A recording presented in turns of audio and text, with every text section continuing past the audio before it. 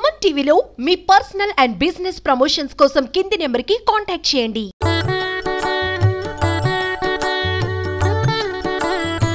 నమస్తే, welcome to astro America. నేను ప్రశాంతి. అమెరికాలో ఉన్న వాళ్ళందరికీ ఎన్నో సందేహాలను నివృత్తి చేయడానికి ఈరోజు సుమన్ టీవీ ఫ్లోరిడా ద్వారా ఈ యొక్క ప్లాట్ఫామ్ని ఏర్పాటు చేయడం జరిగింది. చాలామంది అమెరికాలో ఉంటూ ఏ రోజు ఏ పండుగలు ఎప్పుడు చేసుకోవాలి, ఎలాంటి ధర్మ సందేహాలను తెలుసుకోవడానికి చాలా ఇబ్బందులు పడుతూ ఉంటారు. అలాంటిది ఏమీ లేకుండా ఈరోజు మనతో పాటు రామకృష్ణ శర్మ గారు ఉన్నారు. ఆయనతో మాట్లాడి మరిన్ని విషయాలు తెలుసుకుందాం. నమస్కారం అండి. నమస్కారం అమ్మ. వాగర్ధావివ సంపృక్తౌ వాగర్ధ ప్రతిపత్తయే జగత పితరౌ వందే పార్వతీ పరమేశ్వరు. గురువుగారు, మనకి సోమవారం రోజు సూర్యగ్రహణం అని చెప్పి అంటున్నారు. ఇది ఇండియాలోనే ఉందా, లేదంటే యుఎస్లో కూడా ఉందా? యుఎస్లో ఉండి ఇండియాలో లేదా? తప్పకుండా అమ్మ. ఈ సోమవారం ఏప్రిల్ 8 క్రోధినామ సంవత్సరానికి ఒకరోజు ముందు రోజు గ్రహణం అనేటువంటిది ఇండియాలో కనబడట్లేదు. కారణం ఏం చేత అంటే అక్కడ రాత్రి కాలం అవటం చేత గ్రహణం అనేది ప్రపంచం మొత్తం ఉన్నట్టే. సూర్యుడికి జరుగుతున్నటువంటి ఆ గ్రహణ కాలం సమస్త భూమి మీద ఉన్నటువంటి ప్రతి ప్రాణకోటికి కూడా సంబంధించినటువంటి విషయమే. కేవలం ఏంటంటే రాత్రి కాలం అవటం చేత అక్కడ రాత్రి మనకు పగలవుతున్న చేత ఇండియాలో కనబడట్లేదు, చాలా చోట్లలో కనబడట్లేదు. కేవలము ఉత్తర అమెరికా అంటే మన నార్త్ అమెరికాలో 13 రాష్ట్రాల్లో పూర్ణంగా కనబడుతుంది. దానితో పాటు మెక్సికో, కెనడా ప్రాంతాల్లో కూడా కనబడుతుంది. కానీ దీని ప్రభావము అమెరికాలో ఉన్నటువంటి 50 రాష్ట్రాల మీద తప్పకుండా ఉంది. అలాగే కెనడా, మెక్సికో మీద కూడా దీని ప్రభావం ఉంది. సో మరి ఏ ఏ రాశుల మీద ముఖ్యంగా ఉందంటారు ఈ గ్రహణ ప్రభావం? 12 రాశులలో సూర్యుడికి గ్రహణ కాలం ఉగాది సమయంలో రావటం చేత బలంగా 5 రాశులకు కష్టకాలం అని చెప్పుకోవచ్చు మనం. అందులో మొదటిగా వృషభ రాశి, తర్వాత కర్కాటక రాశి, తులారాశి, వృశ్చిక రాశి, ధనుసు రాశి. సంపూర్ణంగా ఈ 5 రాశులకు శరీర పీడనం అంటారు. ఎందుకంటే గ్రహణ కాలం మొదలవటం సంవత్సర కాలంలో మొదలైంది. ప్రతి కొత్త సంవత్సరానికి నవాధిపతులు అంటారు. నవాధిపతులు అంటే నవగ్రహాలలో ఒక్కొక్కళ్ళు ఒక్కొక్క రాజ్యంలో రాజులాగా, మంత్రిలాగా, సైనాధిపతిలాగా, రసాయన పదార్థములాగా, ఒకళ్ళు వ్యాపారం చేసే గుణంలాగా అందులో ఏర్పడబడతారు. అందులో ఈ కొత్తగా వచ్చేటువంటి క్రోధి నామ సంవత్సరం. క్రోధి అంటే మనం ఆగ్రహంగా, కోపంగా ఉండేటువంటి కాలం. అంటే మనం అంటే గ్రహస్థితులు అందరికీ ఆ ప్రభావం ఉండదు, కానీ సమాజం మొత్తం దాని మీద ఉన్నటువంటి ఎఫెక్ట్ మాత్రం ఉంటుంది. అందుచేత అలా మొదలైన వాటిల్లో మనకు కుజుడు రాజు అవుతున్నాడు. కుజుడు అంటే పాపగ్రహం అంటారు ఆయన. శని మంత్రి అవుతున్నాడు. అందరినీ కష్టపెట్టే గుణం ఉన్నటువంటి ఆ శని మంత్రి అవ్వటం అంటే రాజకీయంగా చాలా ఎత్తుగడలు వేసేటువంటి ప్రణాళికలు జరుగుతూ ఉంటాయి. పెద్ద పెద్ద రాజ్యాలు పాలించేటువంటి రాజకీయ నాయకుల వల్ల తప్పిదాలు జరుగుతుంటాయి. దానివల్ల 2 రకాలమైనటువంటి ఇబ్బందులు 12 రాసుల వాళ్ళకు కలుగుతాయి. అవి ఏంటంటే అగ్ని చేత, నీరు చేత. అగ్ని విస్ఫోటం లాంటివి జరగచ్చు. అంటే ఒక దేశం మీద ఇంకో దేశం అగ్నిని ఉపయోగించి ఏదైనా కష్టపెట్టచ్చు. నీటి మీద సహజంగానే చాలా కష్టాలు, అంటే నీటి నుంచి వచ్చేటువంటి ప్రమాదాలు కూడా యుద్ధాలు కానీ జరిగే అవకాశం ఎక్కువగా ఉంది. అలాంటి ప్రభావం అందరి మీద ఉంటుంది.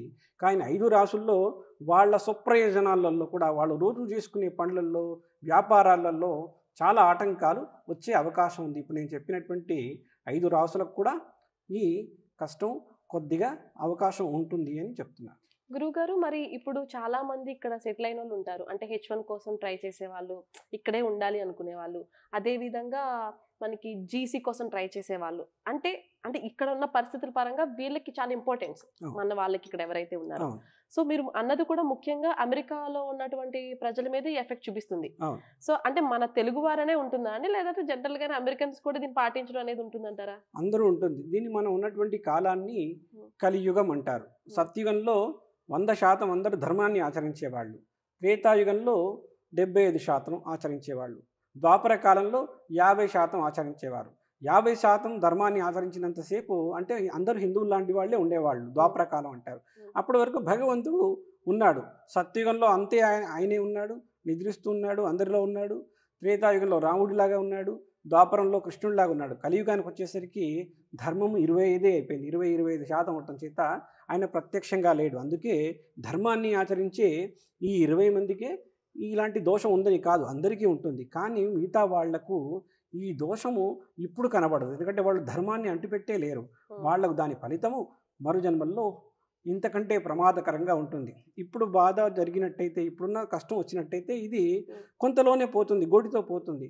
కానీ ఎవరైతే సుఖంగా ఉన్నారో వాళ్ళు అసలు ఇది పట్టించుకోవట్లేదో వాళ్లకు మనలాగే ఈ సంవత్సరం ఈ జీవితకాలం అంతా గడిచిపోతుంది. కానీ దాని ప్రభావము దీనికంటే 4 రెట్ల భయంకరంగా వచ్చే జన్మల్లో ఉంటుందని ధర్మసింధు ప్రకారం, ఈ కాల విభజన ప్రకారం చెడ్డవాళ్లకు సుఖంగా కనబడుతుంది, ధర్మాన్ని ఆచరించిన వాళ్ళకి సుఖంగా కనబడుతుంది. కానీ అది తాత్కాలికంగా ఉంటుంది అనేటువంటి వివరణ ఇస్తున్నాను. అందరి మీద ప్రభావం ఉంటుంది. ఇది తొలగించుకున్నట్టయితే దీని ఉపశమనం త్వరగా రాదేమో, కానీ తక్కువ కాలంలో వెళ్ళిపోతుంది. ఇప్పుడే మనం కష్టపడతాం, లేకుంటే తర్వాత ఇంతకంటే ఎక్కువ కష్టం పడాల్సి వస్తుంది అనేటువంటి వివరణ.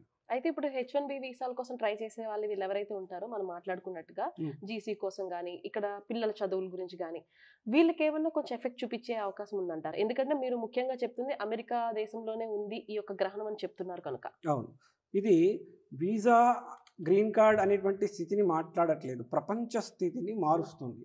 ఎందుకంటే మీ జాతకం బాగుంది, మీరు అన్నట్టు మీరు 7గురిలో ఉన్నారు, కానీ మీ పైన మీకు ఇచ్చేటువంటి వాడి జాతకం 5 ఉంది. వాడే పరిహారం చేసుకోవట్లేదు, వాడి వల్ల మీరు ఇబ్బంది పడతారు. ఎందుకంటే స్వప్రయోజనాల గురించి చేసుకునే మనంతలో మనం చేసుకునేటువంటి ప్రతి పనికి అది మన ఆధీనంలో, మన కంట్రోల్లో ఉంటుంది. కానీ 10 మందితో సంబంధించడం చేత ఆ పని త్వరగా జరగని అవకాశం ఉంటుంది. అది 4 రోజుల్లో జరిగేది 40 రోజులు అవ్వచ్చు. లేకుంటే ఈ 40 రోజుల నిరీక్షణలో మీరు ఎక్కువగా దాని గురించి ఆలోచించి బాధపడే అవకాశం ఉంటుంది. 10 పెట్టే చోట 20 పెడతారు, కష్టాన్ని తీసుకుంటారు, మీరు చేయాల్సిన కొన్ని పనులు మానేస్తారు. ఇలాంటి జరుగుతుంది. ఈ గ్రీన్ కార్డ్ అనే విషయం మాట్లాడుకున్నాం అనుకోండి, ఈ సంవత్సరం వచ్చే నెలలో వచ్చేది సడన్గా దీని ప్రభావం చేత సంవత్సరం దాటిపోతుంది. ఈ సంవత్సరం దాటాక కలిసి వస్తుంది. అలాగా తాత్కాలికమైన కష్టమే, కానీ అది జరగకుండా ఉండదు. ఈరోజు జరిగేది రేపు జరుగుతుంది. ఈ విధంగా చెప్పబడి ఖచ్చితంగా ఎఫెక్ట్ అయితే ఉంటుందంటారు. మనం పరిహారాలు చేసుకుంటే ఖచ్చితంగా దానికి తగ్గట్టుగా ప్రయోజనం ఎంత ఉంటుందో, చేసుకోకపోయినా కూడా కొంచెం లేట్ అయ్యే అవకాశాలు కూడా కనబడుతున్నాయి. అవును, తప్పకుండా దాని దుష్పరిణామాలు అయితే ప్రతి ఒక్కరి మీద ఉంటాయి. ఉండేటువంటి పర్సంటేజ్ వేరుగా ఉండొచ్చు. కొంతమందికి 10 రోజుల్లోనే అవ్వచ్చు, కొంతమందికి 100 రోజులు పట్టవచ్చు. కానీ సమస్య లేకుండా మాత్రం ఉండదు. ఇప్పుడు చాలా మంది గర్భవతిగా ఉన్నప్పుడు చాలా జాగ్రత్తలు తీసుకోవాలంటారు కదా. మరి ఇండియాలో చూస్తే పెద్దవాళ్ళు అవి ఉండి చెప్పడం అనేది జరుగుతూ ఉంటుంది. మరి US లో అందరికి దూరంగా ఉంటారు కదా, మరి వాళ్ళకి చాలా విషయాలు తెలియదు. సో మీరేం చెప్పాలనుకుంటారు? గర్భవతులు అనేసరికి ఏమవుతుందంటే 5వ నెల వరకు కూడా వాళ్ళ లోపల ఉన్నటువంటి శిశువుకి ప్రాణం అనేటువంటిది కలగదు. అది కేవలము అవయవాలు మాత్రమే వస్తుంటాయి. ఒక హృదయం లాంటి ప్రాణ స్థాయికి, అంటే ఇంకొక మనిషితో సమానమైనటువంటి శక్తి 6వ నెల నుంచి వస్తుంది. కాబట్టి 5 నెలల లోపల ఉన్న వాళ్ళు కూడా దీన్ని పాటించాలి. 6 నెలల తర్వాత తప్పకుండా పాటించాలి. అసలు 5 నెలల లోపల ఉన్న వాళ్ళు అయితే కనీసం ఇల్లు దాటి బయటకు రాకూడదు, ఇంట్లో తిరగొచ్చు అంటాం. 6 నెలలు దాటితే కనుక మంచం కూడా తీయకుండా పండుకోండి అంటాం. ఎందుకంటే ఆ లోపల ఉన్నటువంటి శిశువుకు ప్రాణం ఉంటుంది, మనకు జ్ఞానం ఉంటుంది, కానీ శిశువుకి ఇంకా జ్ఞానం ఉండదు బయటకు వస్తే కానీ. అందుచేత ఆ శిశువు యొక్క ప్రాణం అర్థం కాకు, ఏం జరుగుతుందో అర్థం కాదు. ఆ వెలుతురుని తీసుకునే సందర్భంలో అది తప్పుగా గ్రహిస్తుంది, ఆ అవయవాలు చెడిపోయే అవకాశం ఉంటుంది జ్ఞానం లేకపోవడం చేత. కాబట్టి 6 నెలలు దాటినటువంటి వారు తప్పకుండా వాళ్ళు విశ్రాంతి తీసుకున్నట్టుగా పడుకొని ఉండడం మంచిది. నీళ్లు తప్ప ఆహారం తీసుకోకుండా ఉండడం మంచిది. 5వ నెల వరకు అయితే కనీసం ఇల్లు దాటకుండా కుదురుగా కూర్చుంటే సంతోషం. గ్రహణానికి ముందు ఎవరైనా సరే, గ్రహణం గర్భవతులే కానీ ఎవరైనా సరే గ్రహణానికి ముందు ఎవరు కూడా 2 గంటల ముందు తినేసేయాలి. ఎందుకంటే మనం తిన్నాం, ప్రాక్టికల్గా మనం ఏదైనా డాక్టర్ గారి దగ్గరికి టెస్ట్ తీసుకున్నా 2 గంటల ముందు తిన్నాక 2 గంటల తర్వాత రండి అంటాడు. ఆ విధంగా మనం తినేటువంటిది అరిగిపోయేటట్టుగా ఉండాలి. కాబట్టి 2 అవర్స్ ముందు మినిమం కంప్లీట్ చేయాలి. అంతకుముందు తింటే ఇంకా మంచిది. ఈ విధంగా ఆ భోజనాన్ని కూడా పాటిస్తూ ఆ గ్రహణ కాలంలో ఏమీ తాగకుండా ఉంటూ కావాలని సూర్యుడిని వీక్షించకుండా ఉండటం మంచిది. ఈ విధంగా సాంప్రదాయంగా 5-5:30 కాలం వాళ్ళ ప్రాంతాన్ని బట్టి, కాలాన్ని బట్టి ఆ గ్రహణాన్ని సంపూర్ణం అయ్యే వరకు వేచి ఉండి ఆ తర్వాత తలస్నానం చేసి దేవుడికి దండం పెట్టుకొని వాళ్ళు మిగతా కార్యక్రమాలు చేసుకోవటం మంచిది అని. ఈ గ్రహణ కాలంలో దేవుడి యొక్క బలం తక్కువ అవుతుంది, దేవతలకు శక్తి తక్కువై రాక్షసుల శక్తి పెరుగుతుంది. అందుకే అలాంటి దేవుడికి మనం జపం చేయడం ద్వారా అంటే శివనామ స్మరణ చేసుకోవచ్చు. ఓం నమ శివాయ వచ్చు నారాయణ అంటూ ఆ స్వామికి మనం ఆ మంత్రంతో శక్తి ఇచ్చేసి ఆయన దేవతలపై పడుతున్నటువంటి ఆ ప్రభావాన్ని మనం తగ్గించడం చేత దాని ఫలం 10 రెట్లు వస్తుంది అంటారు. అందుకే గ్రహణంలో చేసే జపం 10 అంతలు గొప్ప. మనం ఒక్క వ్రతం చేసుకుంటే ఇంత పుణ్యం వస్తుంది అంటే ఆ 10 అంతలుగా వచ్చే అవకాశం గ్రహణ కాలంలో జరుగుతుంది. కాబట్టి ఇలా తినటం కాకుండా భగవంతుని గురించి కాసేపు ఒక అరగంట గంట అయినా జపం చేసుకుంటూ ఆలోచించుకుంటూ మిగతా పనులు చేసుకోవటం మంచిది. అంటే ఏ టైం వరకు ఉందండి గ్రహణం? గ్రహణము అమెరికా కాలమాన ప్రకారం ఈఎస్టీలో అయితే 1:15 గంటల మధ్యలో స్టార్ట్ అయ్యి 4:15 4:30 వరకు వస్తుంది. కానీ మధ్యాహ్నం కాబట్టి సూర్యగ్రహణం అంటే మన పొద్దున్నే జరుగుతుంది. కాబట్టి మధ్యాహ్నం 1 గంట నుంచి 4:30 5 ప్రాంతాల్లో కొన్ని ఏరియాని బట్టి కొద్దిగా హాఫ్ అన్ అవర్ అటు ఇటు జరుగుతుంది. కాబట్టి ఎగ్జాక్ట్గా 1:30 1:45 అని చెప్పకుండా 1 to 5 డెడికేటెడ్గా వదిలేయటం, 4 గంటలు వదిలేయటం మంచిది. ఎందుకంటే గ్రహణం పట్టేటప్పుడు సూర్యుడికి సగం పూర్తిగా రావడానికి కారణం 1:30 నిమిషాలు, వదలటానికి 1:40 అంటే 1:15 మొదలై 4:05 3:30 గంటల్లో కరెక్ట్గా 3:15 3:30 మధ్యలో ఉంటుంది.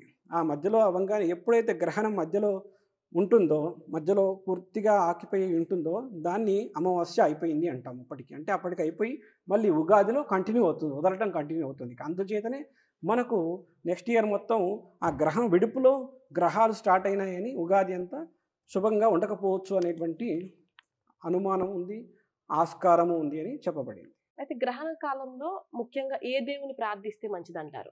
దోషాలు పొడగొట్టేటువంటి భగవంతుడు ఎవరంటే శివారాధన. ఎందుకంటే గ్రహణ కాలంలో ఇందాక చెప్పాను, గ్రహణంలో అన్ని దేవతలకు కూడా శక్తులు క్షీణిస్తూ ఉంటాయి. నారాయణుడు కూడా శక్తి క్షీణిస్తూ ఉంటుంది. కానీ శివుడు అనేటువంటి వాడు ప్రళయకాల రుద్రుడు. ఆయన మీద ఎటువంటి దోషము కానీ ఎటువంటి నెగిటివ్ అయినటువంటి ఎనర్జీ పనిచేయదు. కారణం ఏంటంటే ఆయన అమ్మవారి యొక్క భర్త. దుర్గాదేవి అంటేనే శక్తి 2 రకాలుగా ఉంటుంది, పాజిటివ్ ఎనర్జీ నెగిటివ్ ఎనర్జీ. అదే అమ్మవారు దుర్గాదేవి అంటే పాజిటివ్ ఎనర్జీ, కాళికాదేవి అహంకాళి అనేటువంటి నెగిటివ్ ఎనర్జీని తీసుకుంది. కాబట్టి ఆ అమ్మవారి యొక్క పతి కాబట్టి శివారాధన ఏ సమయమైందా పనికొస్తుంది. ఎందుకంటే మనం కనబడే శరీరం అంతా విష్ణువుది. అందుకే దీనికి 10 రకాల భోజనాలు 10 రకాల వస్త్రాలు వేస్తూ ఉంటాం. శివుడి మాత్రం ఆత్మ లాంటి వాడు, అతనికి రంగు రుచి ఏముండదు, ఏది కూడా అతని మీద పనిచేయదు. ఈ ఆత్మ కనబడదు, అలాగే ఎవరు దాన్ని అడ్డుకోలేరు. అలాంటి శివతత్వం శివుడు అంటారు. అందుకే ఈ ఆత్మ శివుడి నుంచి మన లోపలికి వస్తుంది, వెళ్ళేటప్పుడు కూడా ఆయన బొమ్మ కింద నుంచి పోతుంది. శరీరం విష్ణుమూర్తికి భూమి మీదే వదిలిపోతాం, ఎందుకంటే విష్ణువు లక్ష్మి ఈ భూమి మీద ఉంటారు. అందుకే లక్ష్మీ కటాక్షం, బతికిన రోజులు సుఖంగా సంతోషంగా కటాక్షంతో విష్ణు ఆధ్వర్యంలో ఉంటాం, శివాధ్వర్యంలో వెళ్తుంటాం. కాబట్టి ఆ శివుడు కాలానికి అతీతుడు. అందుకే కాలాయ నమః అని చెప్తూ ఉంటారు మంత్రంలో. కాలానికి అతీతుడు, కాలరుద్రుడు అంటాం. కాలాన్ని దాటినవాడు. ఆయన మీద ఈ గ్రహాలు పనిచేయవు, తన ఒక్కడికి మట్టుకు. అందుచేత శివారాధన ముఖ్యం. శివారాధన చాలా విషయాల్ని కాపాడుతుంది. శని త్రయోదశి నాడు కూడా నేను చెప్పినట్టు శివుడి యొక్క బలం ఎక్కువగా ఉంటుంది. పైగా శివుడికి పెద్ద పట్టింపులు లేవు. ఆయనకి ధూప దీప నైవేద్యాలు లేకుండా కూడా కేవలం నీటితో పాలతో అభిషేకం చేసి సరిపోతుంది. కాబట్టి గ్రహణ కాలంలో ఏ మంత్రం రాదండి, ఏ పూజ లేదండి, ఏ వస్తువు లేదండి అనుకున్నా కూడా నీళ్లు ఉంటే, ఆ శివలింగం మీ ముందుంటే దాని మీద కాస్త నీళ్లు పాలేసిన సమస్త దోషాలు తొలగే అవకాశం ఆ శివుడు కటాక్షిస్తాడు అని ఈ ఎపిసోడ్ ముందు చెప్పడం కూడా శివ మంత్రంతో సోమవారం వస్తుంది కాబట్టి ఇలా చెప్పడం జరిగింది. ఏ మంత్రం జపిస్తే మంచిదంటారు? శివుడి యొక్క మంత్రాలు చాలా ఉంటాయి. ఏమి అంటే మీరు మంత్రాన్ని జపించడంలో సరైన పద్ధతిలో బీజాక్షరాలు కానీ వేద మంత్రాలు కానీ చెప్పలేరు. కాబట్టి శివ పంచాక్షరే గొప్ప మంత్రం, ఓం నమ శివాయ అంటాం, దానితో మొదలు పెట్టచ్చు. ఇంకా పైగా మీ గురువు ఉపదేశించిన మంత్రాలు, ఎవరికైనా గురువులు ఉంటారు, పెద్దలు ఉంటారు, తల్లిదండ్రులు ఉంటారు, వాళ్ళు ఏదైనా శివ మంత్రాలు ఉపదేశిస్తే తప్ప చెయ్యొద్దు. కాబట్టి ఉపదేశించిన మంత్రాలను చెప్పుకోవచ్చు. ఏమీ రాని వాళ్ళు పంచాక్షరి మంత్రం ఓం నమ శివాయ అంటూ 11 నుంచి 108 సార్లు ఆ శివలింగం మీద పాలతో నీటితో అభిషేకం చేసిన ఆ శనేశ్వరుడు కూడా శాంతిస్తాడు. ఈ గ్రహదోష కూడా తొలగుతుంది. ముఖ్యంగా ఆ గ్రహణ కాలంలో చేసేటువంటి అభిషేకం చాలా గొప్పది. 1000 సార్లు చేసినటువంటి విలువతో సమానమవుతుంది. గురువుగారు, ఇప్పుడు అమెరికన్స్ కూడా కొంతమంది మన కల్చర్ ఫాలో అవుతున్నారు. ఈ మధ్య కాలంలో చూస్తే చాలామంది మన టెంపుల్స్కి రావడం కూడా జరుగుతుంది. మన సనాతన ధర్మం యొక్క గొప్పతనం వాళ్ళకి కూడా అర్థం అవుతుంది. ఈవెన్ ఇండియా వెళ్ళినప్పుడు కూడా కాశీలో కూడా చాలా మంది ఫారినర్స్ కనబడుతూ ఉంటారు. అలాగే వీళ్ళ యొక్క కల్చర్ బట్టి వీళ్ళు ఇవన్నీ పాటించరు కదా. మరి వీళ్ళకి ఇవన్నీ పాటించకపోవడం వల్ల ఎలాంటి నష్టాలైనా జరుగుతాయి అంటారు? అంటే జనరల్ గా నాకు తెలిసిన నాలెడ్జ్ ప్రకారం అమెరికాలో ఉన్న వాళ్ళందరూ కూడా భూమికి అంటే దిగువన ఉంటారు కాబట్టి, సో అంటే మన పాతాళ లోకం కింద వస్తుంది, సో వాళ్ళు ఎలాంటి భోగాలైనా అనుభవిస్తారు, అందుకే ఈ అగ్రరాజ్యంలో ఇలా పుడతారు అని చెప్పి అంటారు. మన భారతదేశంలోనే ఎక్కువ పట్టింపులు ఉంటాయి ఇలాంటివి. సో అమెరికన్స్ కి ఉండదంటారా ఈ భూభాగంలో? అలాంటివి ఏమి ఉండవంటారా? ఉంటాయి. వాళ్ళు పట్టింపులు చేయటం మంచిది. ఎందుకంటే మనది పుణ్యభూమి అంటారు, ఉమ్, దీన్ని కర్మభూమి అంటారు. ఉమ్, కర్మభూమిలో ఏంటంటే ఈ రోజు చేసింది ఈ రోజే సున్నా అయిపోతుంది. కానీ పుణ్యభూమిలో ఈ రోజు చేసింది రేపు ఉంటుంది. అంటే మనం చేసుకున్న పుణ్యం రేపు ఉంటుంది. ఈ కర్మభూమిలో పుణ్యం అనేదే లేదు. పుణ్యం లేకపోవటం చేతనే మీరు గమనించినట్టయితే చాలామంది ఇప్పుడు బ్రాహ్మణులందరూ కూడా మన దేవాలయాల్లో ఉండే బ్రాహ్మణులందరూ కూడా వేద పండితులు, వేదాన్ని చదువుకొని ఉన్నారు. వేదం ఎక్కడి నుంచి చదువుకున్నారు అంటే పీఠాల నుంచి చదువుకుంటారు. శంకరాచార్య పీఠం, ఆ శంకరాచార్య పీఠాధిపతి ఉన్నారు, ఆయన దేశం దాటి రారు. కారణం ఏంటంటే తాను నిలుపుకున్న పుణ్యం ఆ దేశం దాటడం చేత ఏ రోజుకు ఆ రోజు శూన్యమైపోతుంది, దాచుకున్న పుణ్యం అంతా పోతుంది, అందుచేత ఆయన రాడు. కాబట్టి ఈ దేశంలో ఉండేటువంటి వాళ్లకు పుట్టడంతోనే ఆ హోరలో పుట్టారు. మనం అక్కడ పుట్టాము కాబట్టి ఆ పుణ్య మనం హోరలో ఇవన్నీ పాటిస్తాం. పాటిస్తూ ఉంటాం. ఎందుకంటే మనం ఆ పుణ్యాన్ని అవతలికి తీసుకెళ్లే మార్గాన్ని తెలుసుకున్నాం. ఉమ్. వాళ్ళు ఈ రోజు వరకే ఆలోచిస్తారు. మీరు అదే ఆలోచిస్తే కూడా మనం మన పిల్లలకి దాచిపెడుతూ ఉంటాం చూడండి, వాళ్ళు వాళ్ళ మటుకు ఆ రోజే అవును ఇక్కడ కల్చర్ చూసుకున్నట్లయితే 15 ఏళ్ల నుంచి వీళ్ళు ఉద్యోగం చేస్తారు పిల్లలు, చేసేస్తారు. వాళ్ళకి ఏదో దాచిపెట్టాలి ఆస్తులు ఇవ్వాలని అయితే ఉండదు. ఉండదు. ఎవరికి వాళ్ళ లైఫ్ బతుకుతారు, వాళ్ళు రేపటిని నమ్మరు. రేపటి నమ్మరు. వాళ్ళు డబ్బుల్ని నమ్మట్లేదు, పుణ్యాన్ని నమ్మట్లేదు. మనం డబ్బును నమ్ముతున్నాం, పుణ్యాన్ని నమ్ముతున్నాం. అవును. పుణ్యం నమ్మనట్టయితే డబ్బును కూడా దాచుకుంటున్నాం కాబట్టి దాన్ని నమ్మటం అనేది మనం, ఎందుకంటే మన పురాణాలు చెప్పాయి, మనకు ఇదంతా కనబడుతుంది. మనం పుట్టిన దేశాన్ని బట్టి మనకు అది ధర్మం సంప్రాప్తిస్తుంది. ఎందుకంటే మనం ఇండియాలో పుట్టినట్టే మనం ఇండియన్స్ అంటాం, అమెరికాలో మన పిల్లలు పుట్టినట్టు అమెరికన్స్ అవుతున్నాం. పుట్టడం చేత వాళ్ళ మొత్తం భవిష్యత్తు మారిపోతుంది. ఎట్లాగో అట్లాగే మనం పుణ్యభూమిలో పుట్టడం చేత మనకున్నటువంటి పాస్పోర్ట్ పర్మనెంట్ పాస్పోర్ట్, పైన సుఖలోకాల్లో పోతాం. ఈ జన్మ కష్టపడిన సుఖలోకాలకు ఇచ్చిన పాస్పోర్ట్, దాన్ని మనం ఉంచుకోవాలా వద్దా అన్నట్టుగా ఇది కూడా అదే సందర్భం. ఈ పుణ్యాలు పాటిస్తే ఆ పాస్పోర్ట్ని మనం నిలుపుకుంటాం, లేదనుకుంటే వీళ్ళలాగా టెంపరీగా మనం దాన్ని ముగించుకొని పోతాము ఈ జన్మకి. ఈ విధంగా అనుకుంటున్నాం. చాలా చక్కగా వివరించారు గురువు గారు. ఎందుకంటే ఈ రోజున అమెరికాలో ఉన్న వాళ్ళందరికీ కూడా చాలా సందేహాలు ఉంటాయి, ఎవరికి సరైన మార్గం దొరకట్లేదు తెలుసుకోవడానికి. ఎందుకంటే ఇండియా నుంచి చెప్తూ ఉంటారు గురువు గారు, దాన్ని పాటిస్తూ ఉంటారు తప్ప ఇక్కడున్న వాళ్ళ కాలక్రమేణా వాళ్ళకి తెలియట్లేదు. సో మీ ద్వారా మా ప్రేక్షకులందరికీ తెలియజేసినందుకు మరొక్కసారి ధన్యవాదాలు. చూసారు కదా, ఇది ఇవాల్టి ఆస్ట్రో అమెరికా. సో మనకి అంటే ఏది ఏమైనా కూడా మన ఎన్ని దేశాలు దాటొచ్చినా కూడా మన దేశం యొక్క మన పుట్టు పూర్వతలు అన్నీ కూడా మనతో పాటే ఉంటాయి. మనం ఎంత దేశాలు మారినా మన కల్చర్ని, మన పూజల్ని, మనం పాటించే పద్ధతుల్ని ఎప్పుడూ కూడా మర్చిపోకూడదు అని చెప్పి గురుగారు చెప్పడం జరిగింది. ఎందుకంటే అవి పాటిస్తూ ఉంటేనే మన పుణ్యఫలం అనేది ముందుకు సాగుతూ ఉంటుంది. సో మరి ఈ రోజు సూర్యగ్రహణం గురించి మరిన్ని విషయాలు ఆయన తెలియజేయడం జరిగింది. చూసారు కదా, ఇది వాల్టి Astro America. This is Prashanthi. నమస్కారం.